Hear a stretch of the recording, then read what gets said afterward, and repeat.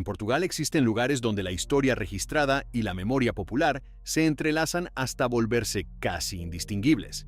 Antiguos castillos, aldeas sumergidas y edificios olvidados guardan relatos que comenzaron como hechos reales y con el paso del tiempo se transformaron en leyendas persistentes. Algunos quedaron registrados en archivos, otros sobreviven en testimonios silenciosos. Hoy analizaremos 8 historias portuguesas donde la realidad parece haber dado origen a algo más difícil de explicar. 1. La Dama Blanca de la Quinta das Lágrimas. En la ciudad portuguesa de Coimbra existe un antiguo jardín conocido como Quinta das Lágrimas. El lugar forma parte de una propiedad histórica situada cerca del río Mondego y durante siglos ha estado vinculado a uno de los episodios más trágicos de la historia medieval de Portugal. La historia comienza en el siglo XIV, en el contexto de la corte del rey Afonso IV. Su hijo, el príncipe Pedro, heredero al trono, había sido obligado a casarse con Constanza de Castilla como parte de un acuerdo político entre reinos. Sin embargo, poco tiempo después de la llegada de Constanza a Portugal, Pedro conoció a una de sus damas de compañía, Inés de Castro, una joven noble gallega perteneciente a una poderosa familia. Lo que comenzó como un contacto dentro de la corte terminó convirtiéndose en una relación profunda y persistente. A pesar de que Pedro estaba casado, los testimonios históricos indican que mantuvo una relación cercana con Inés durante años. Tras la muerte de Constanza en 1345, el vínculo entre ambos se volvió aún más visible. Pedro instaló a Inés cerca de Coimbra, en una residencia rodeada de jardines y fuentes que hoy forman parte de la Quinta das Lágrimas. Allí vivieron durante años y tuvieron varios hijos. La situación empezó a preocupar seriamente al rey Afonso IV y a sus consejeros. La familia de Inés tenía conexiones políticas en Castilla, y en la corte portuguesa creció el temor de que esas alianzas pudieran influir en la sucesión al trono. Según los registros de la época, varios nobles convencieron al rey de que la presencia de Inés representaba un riesgo para la estabilidad del reino. En 1355, el rey tomó una decisión que cambiaría la historia portuguesa. Aprovechando la ausencia del príncipe Pedro, que se encontraba fuera de Coimbra, Afonso IV envió a 3 hombres de confianza hasta la residencia donde vivía Inés. Los documentos históricos señalan que la mujer fue ejecutada en los jardines de la propiedad. La tradición local sostiene que el hecho ocurrió cerca de una fuente de piedra que todavía existe en el lugar. Durante siglos, esa fuente fue conocida como Fonte das Lágrimas, la fuente de las lágrimas. Algunas crónicas medievales afirman que el agua de la fuente presenta manchas rojizas en la roca que rodea el manantial, algo que más tarde sería interpretado por la tradición popular como una señal simbólica del asesinato. Cuando Pedro regresó y descubrió lo ocurrido, reaccionó con furia. Las fuentes históricas describen un periodo de conflicto interno en el reino. El príncipe inició una rebelión contra su propio padre, que terminó con una breve guerra civil. 2 años después, en 1357, Pedro se convirtió en rey de Portugal tras la muerte de Afonso IV. A partir de ese momento, la historia de Inés de Castro adoptó un carácter todavía más extraño. Pedro ordenó perseguir a los responsables de la ejecución y, según los relatos de la época, 2 de ellos fueron capturados y ejecutados públicamente. Sin embargo, el episodio que más marcó la memoria colectiva ocurrió poco después. El nuevo rey declaró que él e Inés se habían casado en secreto años antes de su muerte. Esta afirmación transformaba oficialmente a Inés en reina de Portugal. Algunos cronistas describieron un acontecimiento singular. Pedro ordenó exhumar el cuerpo de Inés y trasladarlo con honores reales hasta el monasterio de Alcobaça, donde finalmente fue enterrada en una tumba monumental frente a la del propio rey. A partir de ese momento, la historia dejó de ser solo un episodio político y comenzó a adquirir dimensiones legendarias. La Quinta das Lágrimas siguió siendo recordada como el lugar donde todo ocurrió. Durante siglos, viajeros, cronistas y residentes locales mencionaron la misma escena: los jardines silenciosos, la fuente de piedra y la memoria persistente de una muerte ocurrida allí en 1355. En los siglos posteriores, comenzaron a aparecer relatos sobre apariciones nocturnas en los jardines. Algunos trabajadores de la propiedad afirmaban haber visto una figura femenina caminando cerca de la fuente al caer la noche. Otros hablaban de pasos suaves en los senderos del jardín cuando el lugar estaba completamente vacío.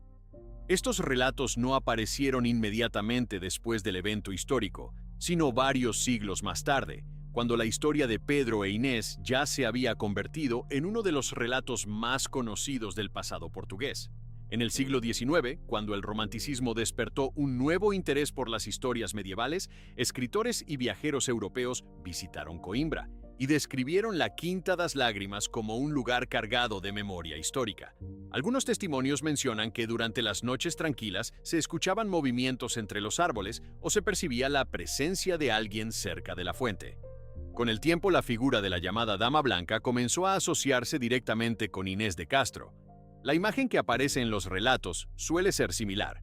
Una mujer vestida con ropas claras caminando lentamente por los jardines o permaneciendo junto a la fuente donde, según la tradición, ocurrió la ejecución.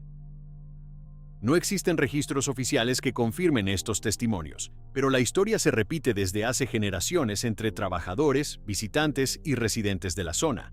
Hoy, la Quinta das Lágrimas forma parte de un hotel histórico y de un jardín abierto al público. Los visitantes pueden recorrer los senderos donde, según las crónicas, se desarrollaron los acontecimientos del siglo XIV.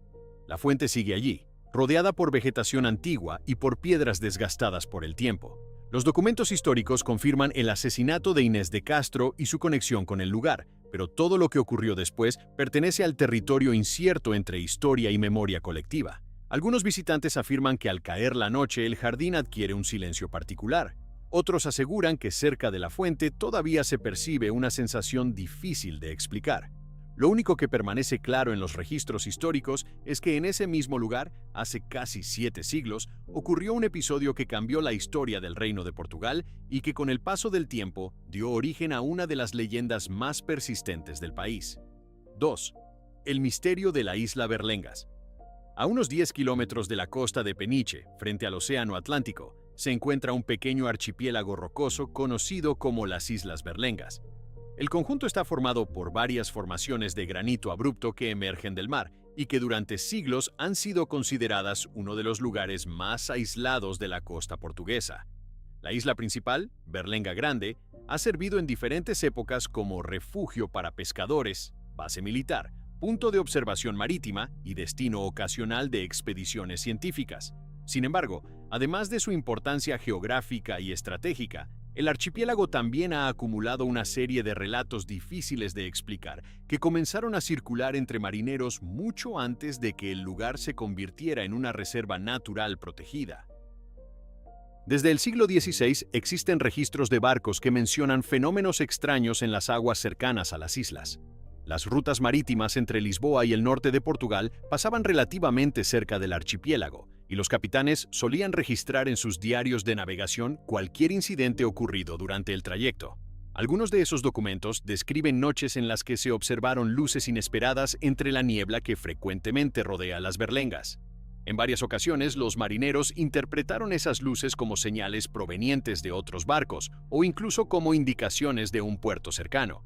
Sin embargo, cuando se aproximaban a la zona, no encontraban ninguna embarcación ni presencia humana que pudiera explicar el origen de esas señales luminosas. Durante los siglos siguientes, el fenómeno fue mencionado repetidamente en relatos de pescadores de Peniche. Las aguas alrededor de las islas son conocidas por sus corrientes cambiantes y por la aparición repentina de bancos de niebla muy densos. Estas condiciones han provocado numerosos accidentes marítimos a lo largo de la historia.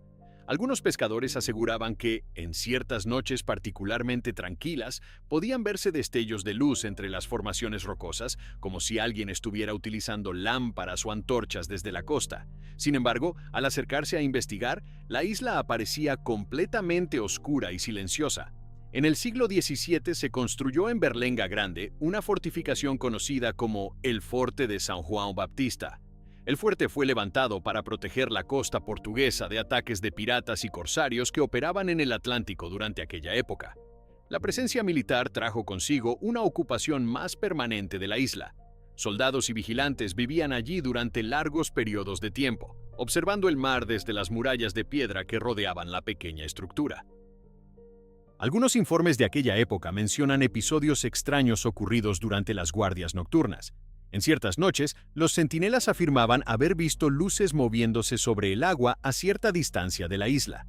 Al principio se pensaba que podían ser barcos que navegaban sin señales oficiales, pero cuando las patrullas intentaban localizar esas embarcaciones al amanecer, no encontraban rastros de actividad en el área.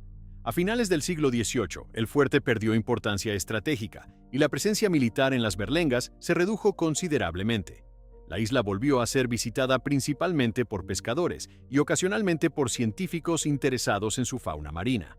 A pesar de la reducción de actividad humana, los relatos sobre luces inexplicables continuaron apareciendo en testimonios locales.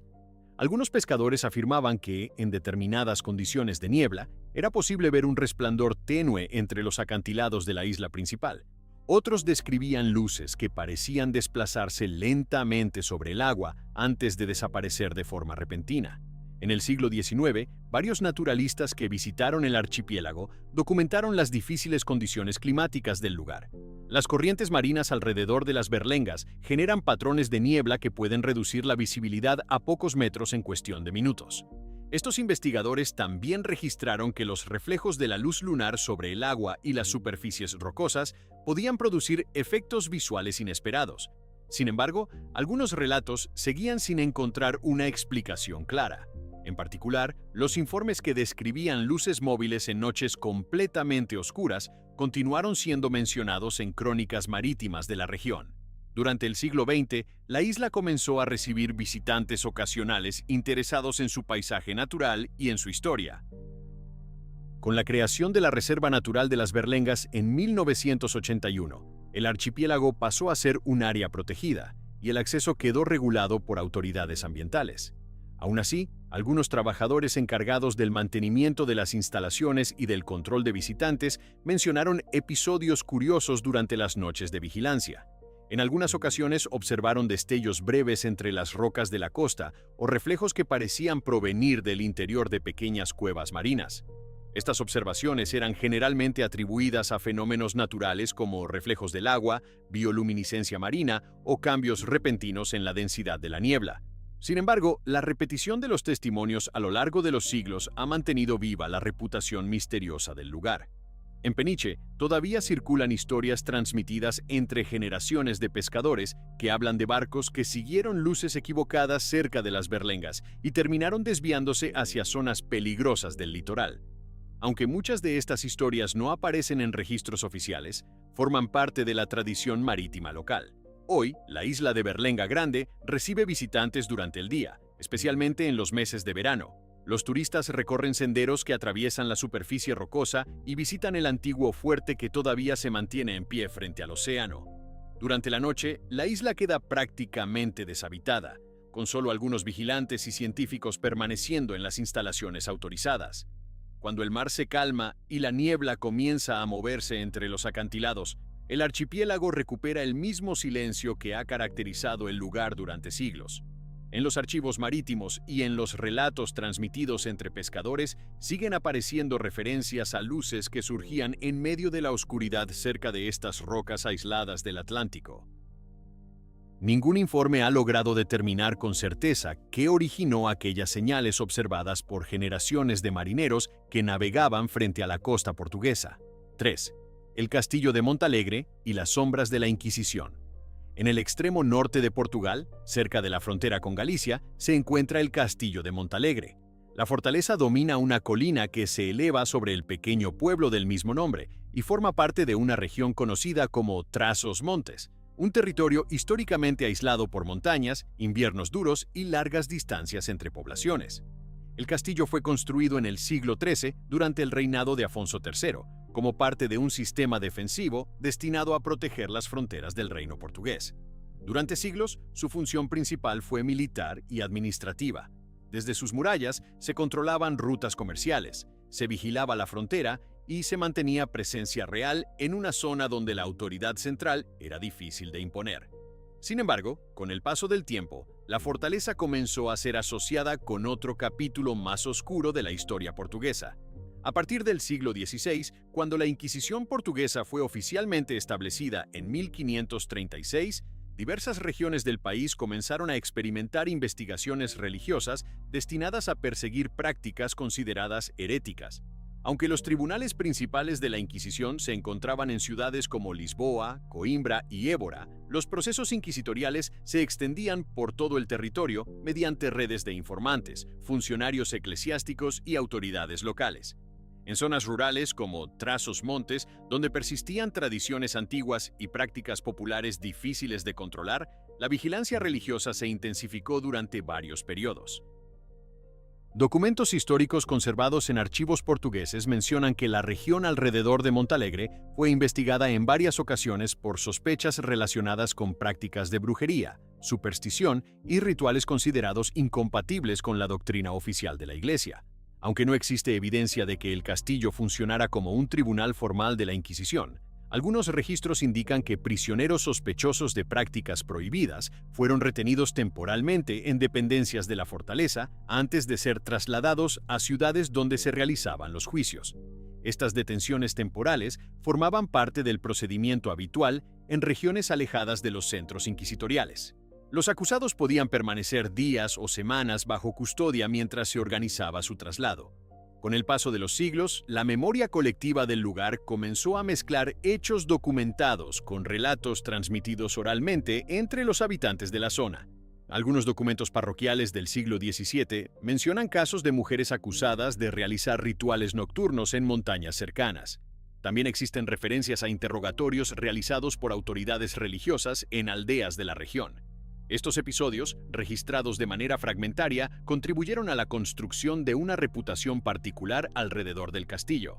La fortaleza, con sus gruesos muros de piedra y sus pasillos estrechos, comenzó a ser vista por los habitantes del pueblo como un lugar donde se habían desarrollado acontecimientos relacionados con interrogatorios y detenciones. Durante los siglos posteriores, cuando la Inquisición portuguesa fue perdiendo poder hasta su abolición definitiva en 1821, muchas de estas historias continuaron circulando en forma de relatos locales.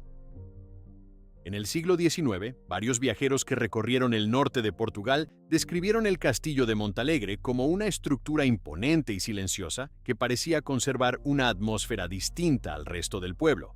Algunos cronistas mencionaron testimonios de residentes que afirmaban escuchar sonidos extraños dentro de las murallas durante la noche. Estos relatos hablaban de pasos en corredores vacíos, golpes suaves en puertas antiguas o ecos que parecían provenir de habitaciones cerradas desde hacía décadas. No existían pruebas de actividad humana en esas zonas, ya que gran parte de la fortaleza permanecía sin uso permanente durante largos periodos. A comienzos del siglo XX, el castillo fue parcialmente restaurado y comenzó a recibir visitantes interesados en su historia medieval. Durante los trabajos de mantenimiento, algunos obreros afirmaron haber encontrado pequeñas habitaciones subterráneas o espacios de almacenamiento que habían permanecido sellados durante mucho tiempo. Estas áreas formaban parte de la arquitectura defensiva original del castillo y probablemente habían sido utilizadas como depósitos o celdas temporales. El descubrimiento de estos espacios alimentó aún más las historias transmitidas por generaciones anteriores. Algunos trabajadores describieron que, mientras realizaban labores de restauración en pasillos interiores, escuchaban corrientes de aire o movimientos inesperados en zonas donde aparentemente no había ninguna abertura. Los arquitectos que estudiaron el edificio explicaron que la estructura medieval del castillo contiene múltiples cámaras interconectadas que pueden producir efectos acústicos curiosos. Los sonidos generados en un punto pueden amplificarse o desplazarse a través de conductos de piedra, creando la impresión de pasos o golpes en áreas lejanas del origen real. Décadas el castillo se ha convertido en uno de los símbolos históricos de la región. Cada año recibe turistas interesados en la arquitectura medieval y en la historia de Trás-os-Montes. Sin embargo, incluso hoy algunos residentes del pueblo siguen mencionando episodios curiosos ocurridos dentro de la fortaleza. Vigilantes nocturnos encargados de supervisar el edificio han reportado en ocasiones la sensación de escuchar movimientos en pasillos donde no hay nadie. Otros describen ecos de pasos que parecen avanzar por las escaleras de piedra y luego desaparecen sin explicación aparente. Los registros históricos confirman que la región vivió momentos de tensión religiosa durante los siglos de actividad inquisitorial y que algunos detenidos fueron retenidos temporalmente en lugares como el castillo antes de ser trasladados a tribunales oficiales. Lo que ocurrió exactamente dentro de sus muros en cada uno de esos episodios permanece parcialmente oculto entre documentos incompletos y relatos transmitidos de generación en generación. Hoy, las murallas de Montalegre continúan observando el mismo paisaje montañoso que rodeaba la fortaleza hace más de 7 siglos, mientras las historias sobre sonidos inexplicables y recuerdos de antiguos interrogatorios siguen formando parte del silencio que envuelve sus corredores de piedra. 4. El desaparecido pueblo de Vilariño da Furna. En el norte de Portugal, dentro de la región montañosa del Parque Nacional Peneda Gerês, existió durante siglos una pequeña aldea llamada Vilariño da Furna. El pueblo estaba situado en un valle estrecho, rodeado por montañas y atravesado por el río Homem. Durante generaciones fue una comunidad aislada que desarrolló una forma de organización social particular basada en reglas colectivas muy estrictas. La tierra, los pastos y muchas de las decisiones importantes se administraban de manera comunitaria mediante una asamblea local conocida como la Junta.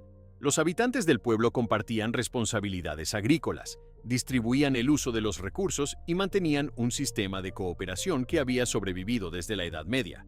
Durante gran parte de su historia, Vilariño da Furna permaneció prácticamente desconocido para el resto del país. El acceso al lugar era difícil. Los caminos eran estrechos y las montañas que lo rodeaban limitaban el contacto con otras poblaciones. Sin embargo, esa relativa autonomía comenzó a cambiar a mediados del siglo XX. En la década de 1960, el gobierno portugués aprobó un proyecto hidroeléctrico destinado a aprovechar el caudal del río Homem para generar energía. El plan incluía la construcción de una presa que crearía un gran embalse en el valle donde se encontraba la aldea. Las autoridades informaron a los habitantes de Vilariño da Furna que el lugar sería inundado una vez finalizada la obra. Durante varios años se llevaron a cabo negociaciones entre el Estado y los residentes del pueblo. Los habitantes aceptaron abandonar la aldea a cambio de compensaciones económicas que les permitieran reconstruir sus vidas en otras localidades cercanas. A finales de la década de 1960 comenzó el proceso de traslado. Las familias desmontaron partes de sus casas, transportaron objetos personales y abandonaron lentamente el lugar donde habían vivido durante generaciones. En 1971, la presa fue finalmente cerrada y el valle comenzó a llenarse de agua. En cuestión de días, el río se transformó en un lago artificial que cubrió las calles, los campos y las casas de Vilariño da Furna. Desde entonces, el antiguo pueblo permanece sumergido bajo el embalse conocido como Albufeira de Vilariño da Furna. Durante la mayor parte del año, las ruinas permanecen ocultas bajo varios metros de agua. Sin embargo, en periodos de sequía o cuando el nivel del embalse desciende por mantenimiento técnico, los restos del pueblo vuelven a aparecer parcialmente en la superficie. Cuando esto ocurre, es posible distinguir las paredes de piedra de algunas casas, partes de antiguos caminos y estructuras que alguna vez formaron parte de la vida cotidiana de la comunidad. Estas apariciones temporales han atraído a visitantes, antiguos residentes y curiosos que desean observar lo que queda de la aldea desaparecida. La imagen de las ruinas emergiendo lentamente del agua ha generado una fuerte impresión entre quienes visitan el lugar. Las paredes de granito cubiertas de sedimentos marcan el trazado de lo que alguna vez fueron calles estrechas. En algunos puntos aún se pueden reconocer los cimientos de viviendas, establos y pequeños patios interiores. Para muchos de los antiguos habitantes, ver las ruinas de la aldea representa un encuentro con un pasado que permanece detenido bajo la superficie del embalse. A lo largo de los años comenzaron a surgir relatos entre residentes de las zonas cercanas que hablaban de experiencias curiosas relacionadas con el antiguo pueblo. Algunos pescadores afirmaban que, durante noches particularmente tranquilas, el lago producía sonidos extraños cerca de la zona donde se encuentran las ruinas. Estos sonidos eran descritos como golpes suaves o crujidos que parecían provenir del fondo del agua. Los especialistas que estudiaron el fenómeno señalaron que las estructuras sumergidas pueden producir ruidos cuando el nivel del agua cambia o cuando las corrientes internas del embalse ejercen presión sobre las paredes de piedra. Sin embargo, para muchos habitantes de la región, estos sonidos se convirtieron en un recordatorio inquietante de la aldea desaparecida. También existen testimonios de visitantes que recorrieron la zona cuando las ruinas quedaron parcialmente expuestas. Algunos afirmaron sentir una extraña sensación de silencio cuando caminaban entre las estructuras abandonadas. Otros describieron la impresión de estar observando un lugar detenido en el tiempo, donde la vida cotidiana simplemente había sido interrumpida. Aunque estas experiencias pueden explicarse por el impacto emocional de caminar por un antiguo asentamiento sumergido, el lugar comenzó a adquirir una reputación particular entre quienes lo visitaban por primera vez. En las décadas posteriores a la inundación, antiguos habitantes de Vilariño da Furna regresaron ocasionalmente al embalse cuando el nivel del agua descendía lo suficiente como para revelar las ruinas. Algunos buscaban localizar el lugar exacto donde había estado su casa o los caminos que utilizaban durante su infancia. Otros simplemente observaban el paisaje intentando reconocer elementos que sobrevivieron bajo el agua durante décadas. Estos encuentros con el pasado contribuyeron a mantener viva la memoria del pueblo incluso después de su desaparición física. Hoy, el área forma parte del Parque Nacional Peneda Gerês y el embalse es visitado por turistas interesados en la historia del lugar. Cerca del lago existe un pequeño museo dedicado a preservar la memoria de la comunidad que habitó la aldea antes de la construcción de la presa. Fotografías antiguas, herramientas agrícolas y documentos históricos permiten reconstruir cómo era la vida en Vilariño da Furna antes de que el valle fuera inundado. A pesar de esta documentación, el antiguo pueblo permanece principalmente oculto bajo el agua, visible solo en momentos específicos cuando el embalse se retira lo suficiente como para revelar las estructuras de piedra que aún resisten bajo la superficie. En esos momentos, las ruinas silenciosas de la aldea vuelven a aparecer brevemente en el paisaje, recordando que durante siglos existió allí una comunidad aislada cuya historia quedó detenida el día en que el valle fue cubierto por el agua. 5. La extraña muerte en el tren Lisboa-Porto, de 1952. En la primavera de 1952, el tren nocturno que conectaba Lisboa con la ciudad de Porto partió de la estación de Santa Apolonia poco después de las 10 de la noche. Era una de las rutas ferroviarias más utilizadas del país, especialmente por comerciantes, funcionarios y viajeros que necesitaban recorrer rápidamente el eje principal del norte de Portugal. El convoy estaba compuesto por varios vagones de pasajeros y 2 coches de primera clase, cada uno dividido en compartimentos cerrados con puertas corredizas. Aquella noche, el tren transportaba menos pasajeros de lo habitual, algo relativamente común en trayectos nocturnos de mitad de semana. Entre los viajeros se encontraba un hombre identificado posteriormente como Antonio Ribeiro, de 43 años, un representante comercial que viajaba con frecuencia entre Lisboa y Porto por motivos de trabajo. Según los registros de la compañía ferroviaria, Ribeiro abordó el tren poco antes de la salida, llevando una pequeña maleta de cuero y un abrigo oscuro. Un revisor lo acompañó hasta uno de los compartimentos de primera clase ubicados cerca del centro del vagón. El espacio estaba diseñado para 4 pasajeros, pero en ese momento se encontraba completamente vacío. El tren abandonó Lisboa con normalidad y comenzó el trayecto hacia el norte siguiendo la línea que bordeaba el río Tajo antes de dirigirse hacia Santarém y Coimbra. Durante las primeras horas del viaje no se registró ningún incidente. Algunos pasajeros recordaron haber visto al hombre sentado junto a la ventana leyendo documentos bajo la luz tenue del compartimento.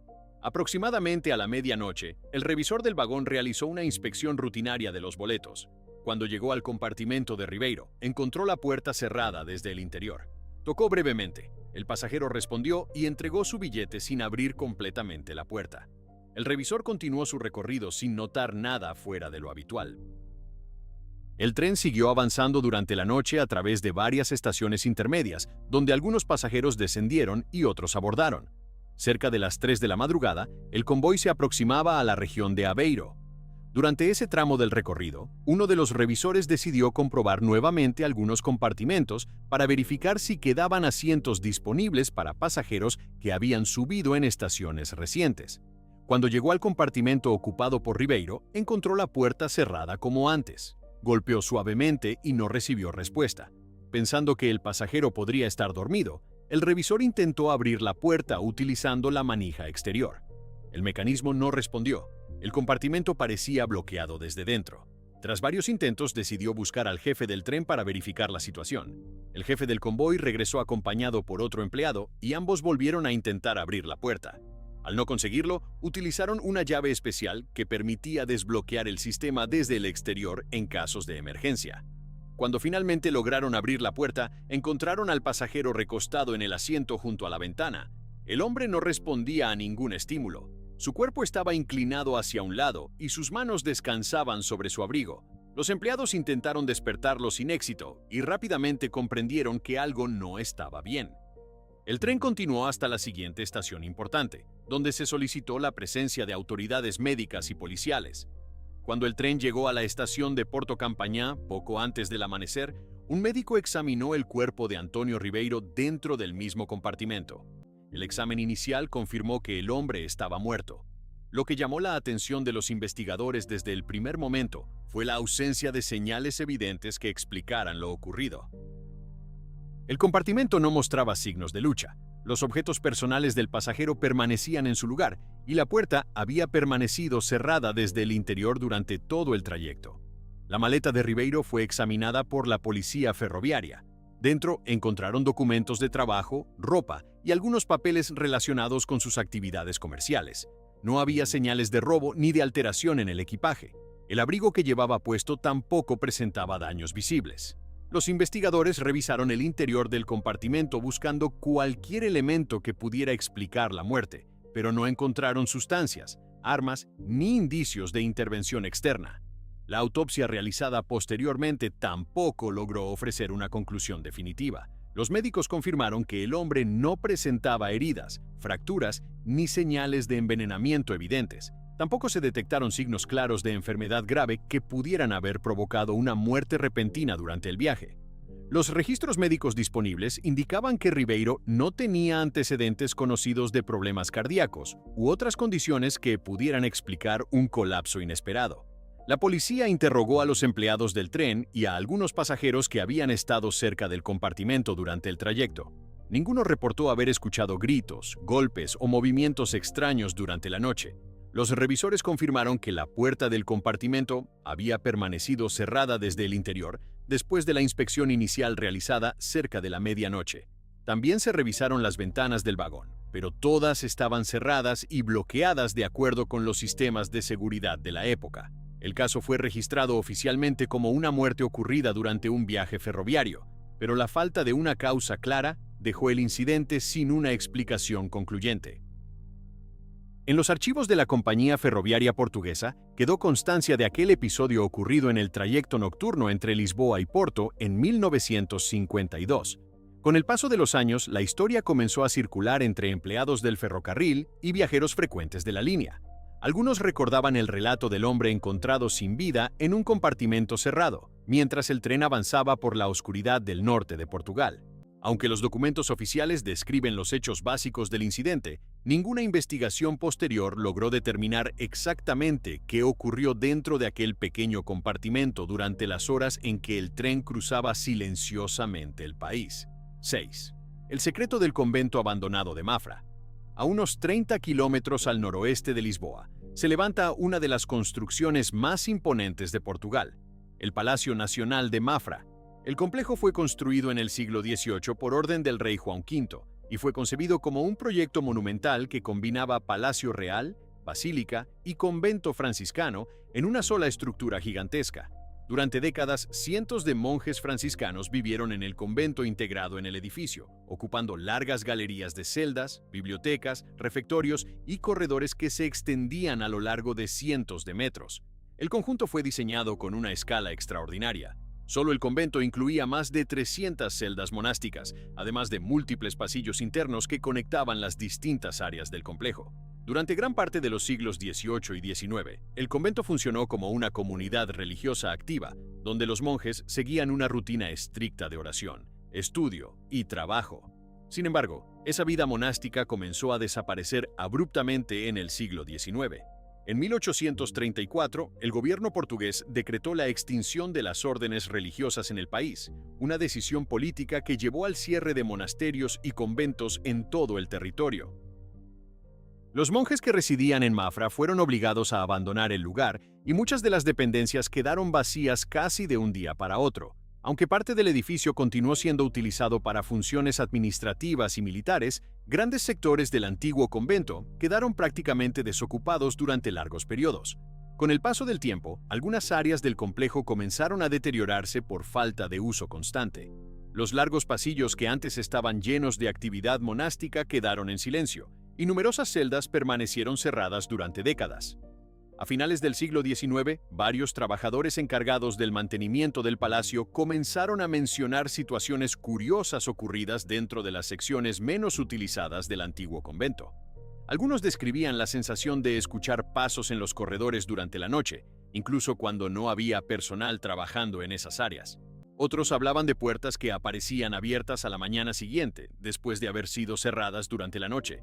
En un edificio de tal tamaño, estas situaciones podían explicarse por múltiples factores. Las corrientes de aire que circulan por los largos pasillos del convento pueden mover puertas antiguas o generar sonidos que se amplifican entre las paredes de piedra. Sin embargo, algunos trabajadores afirmaban que ciertos ruidos parecían demasiado claros para ser simples corrientes de aire.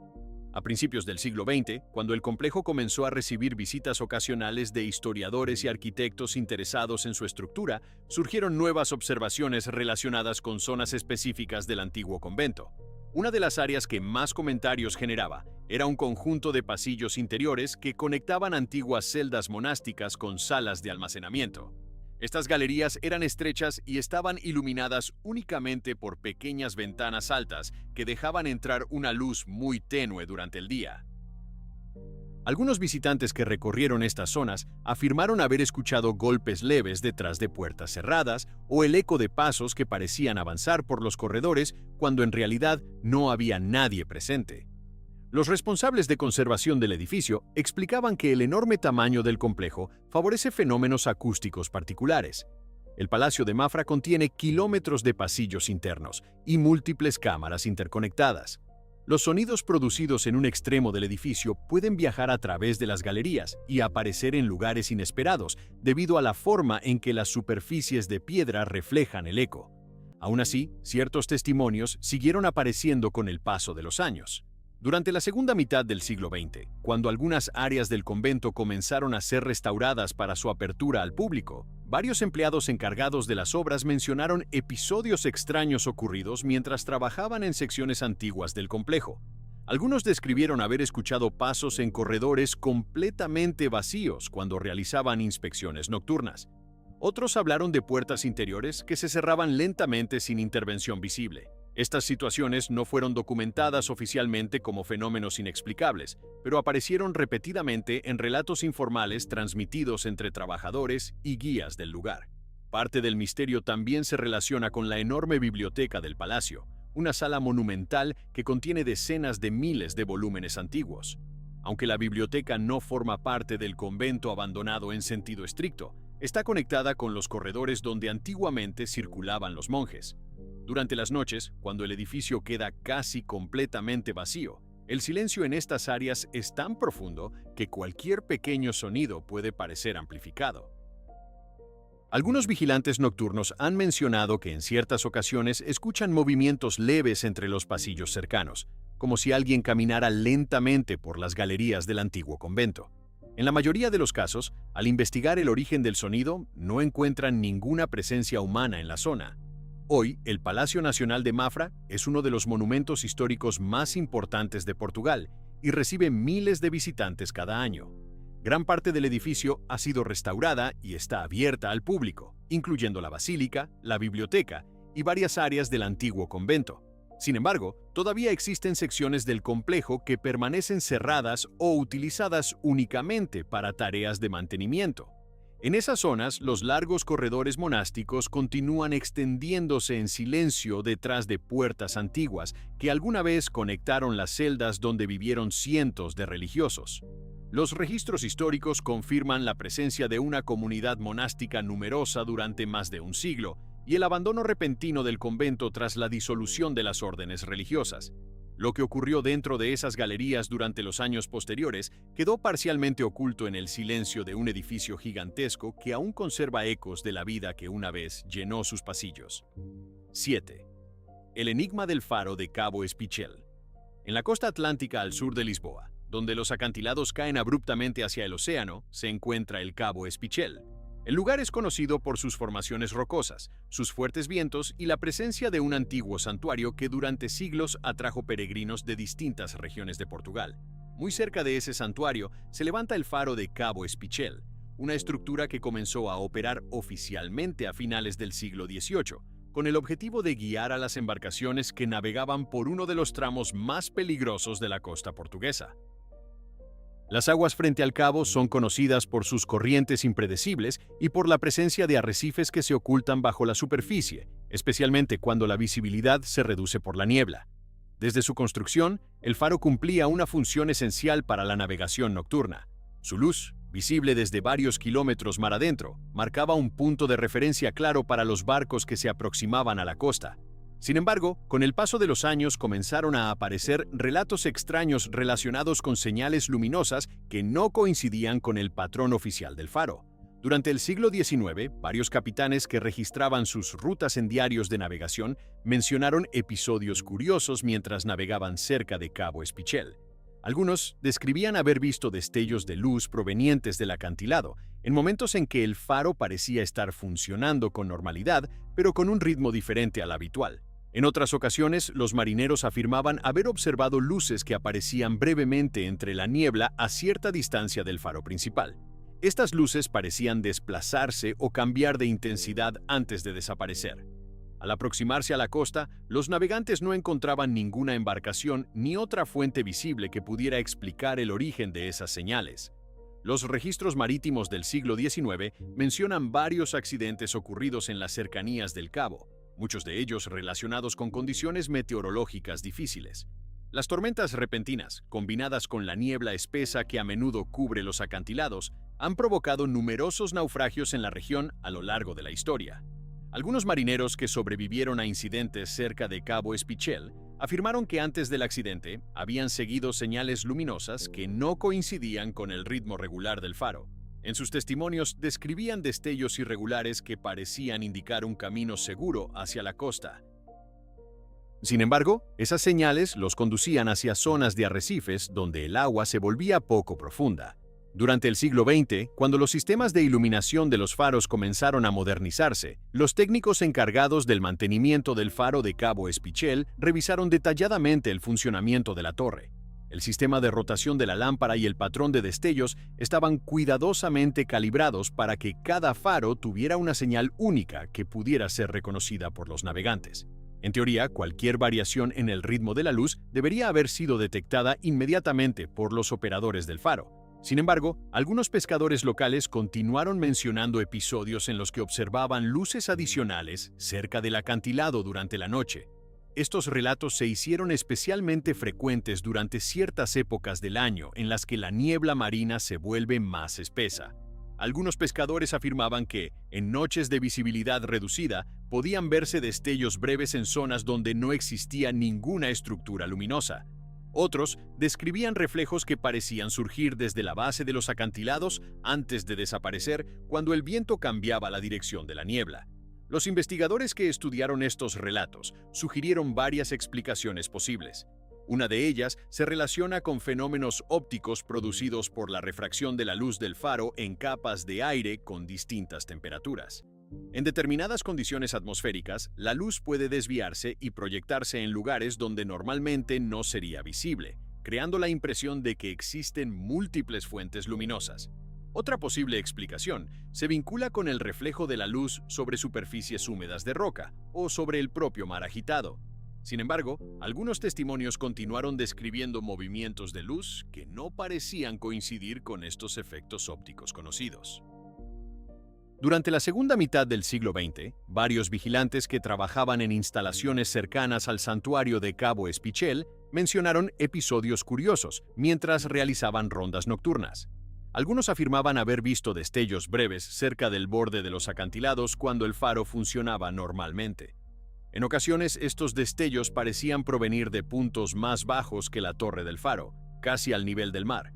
Cuando los vigilantes intentaban localizar el origen exacto de la luz, no encontraban ninguna presencia humana ni señales de actividad en la zona. Hoy, el faro de Cabo Espichel continúa funcionando como parte del sistema de señalización marítima de Portugal. La torre se alza sobre los acantilados con la misma función que ha tenido durante más de 2 siglos: advertir a los navegantes de la proximidad de una costa peligrosa. Durante el día, el lugar recibe visitantes que recorren el santuario cercano y observan el océano desde lo alto del cabo. Pero durante la noche, cuando el viento del Atlántico recorre los acantilados y la niebla comienza a desplazarse sobre el agua, el faro vuelve a ser la única fuente de luz estable en kilómetros de costa. A lo largo de generaciones, marineros y pescadores han descrito señales luminosas adicionales observadas cerca de ese punto del litoral portugués. Aunque algunas de estas observaciones pueden explicarse por fenómenos naturales relacionados con la luz y la niebla, los registros marítimos y los relatos transmitidos entre navegantes continúan mencionando destellos irregulares que aparecían en las aguas oscuras frente a Cabo Espichel sin que nadie haya podido determinar con certeza su origen. 8. La tumba sin nombre de Évora. En el corazón de la región portuguesa del Alentejo se encuentra la ciudad de Évora, uno de los centros históricos más antiguos y mejor conservados de Portugal. Sus calles estrechas, murallas medievales y edificios religiosos reflejan siglos de historia que se remontan a la época romana. Entre sus numerosos monumentos destaca un conjunto de iglesias, conventos y criptas subterráneas que durante siglos sirvieron como lugares de enterramiento para nobles, clérigos y miembros destacados de la sociedad local. En muchos de estos espacios funerarios todavía se conservan lápidas con nombres, fechas y símbolos religiosos que identifican a las personas que fueron sepultadas allí.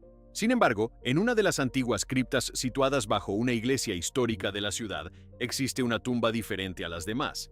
Se trata de una sepultura de piedra que no posee inscripción, símbolo religioso ni referencia alguna a la identidad de la persona enterrada. La tumba se encuentra en una zona lateral de la cripta, parcialmente separada de las otras sepulturas alineadas a lo largo de las paredes. La piedra que la cubre presenta el mismo estilo arquitectónico que las tumbas del siglo XVII, lo que sugiere que fue colocada durante ese periodo. Sin embargo, a diferencia del resto de las lápidas del lugar, su superficie permanece completamente lisa. Durante siglos, historiadores locales han intentado encontrar registros que expliquen quién fue enterrado en ese punto. Las iglesias de Évora mantenían archivos detallados sobre los entierros realizados dentro de sus edificios. Estos registros solían incluir el nombre del fallecido, su estatus social, la fecha del entierro y la ubicación exacta de la sepultura. Sin embargo, en los documentos conservados correspondientes al periodo en que se construyó la tumba sin nombre, no aparece ninguna referencia clara que coincida con esa ubicación específica dentro de la cripta. A lo largo del siglo XIX, varios investigadores que estudiaban las iglesias históricas de Évora mencionaron la existencia de esta tumba anónima en sus notas. Algunos sugirieron que la ausencia de inscripción podría deberse a la pérdida de una placa metálica que originalmente estaba fijada a la piedra. Sin embargo, al examinar la superficie de la lápida, no se encontraron señales de anclajes o marcas que indicaran la presencia anterior de una placa conmemorativa. Otros investigadores propusieron que la tumba podría haber sido destinada a una persona cuya identidad debía mantenerse en secreto por razones políticas o religiosas. Durante los siglos XVI y XVII, Portugal vivió periodos de fuerte control religioso debido a la actividad de la Inquisición. Algunas personas acusadas de prácticas consideradas heréticas o de actividades prohibidas podían ser enterradas sin honores ni inscripciones públicas. Sin embargo, incluso en esos casos, solían existir registros en archivos eclesiásticos que indicaban el lugar del entierro, algo que no aparece en los documentos revisados por los historiadores de Évora. A comienzos del siglo XX, durante trabajos de conservación realizados en la cripta, varios arqueólogos examinaron nuevamente la tumba sin nombre intentando encontrar pistas adicionales. El equipo estudió la piedra que cubría la sepultura y comparó su estilo con otras lápidas del mismo periodo. Las conclusiones indicaron que la tumba había sido construida utilizando los mismos materiales y técnicas que el resto de las sepulturas del lugar, lo que sugería que no se trataba de un añadido posterior, sino de una tumba original integrada en el diseño de la cripta. Los investigadores también observaron que la posición de la sepultura no correspondía a las áreas habitualmente reservadas para miembros prominentes de la comunidad religiosa o noble. Estaba situada en una sección más discreta del espacio funerario, lo que añadía otra incógnita sobre la identidad del individuo enterrado allí. A pesar de estos estudios, no se tomó la decisión de abrir la tumba para examinar su interior. Las autoridades eclesiásticas y patrimoniales consideraron que una intervención de ese tipo podría dañar el conjunto histórico de la cripta y que la ausencia de información documental hacía difícil justificar una excavación. Como resultado, el contenido de la sepultura permaneció intacto bajo la losa de piedra.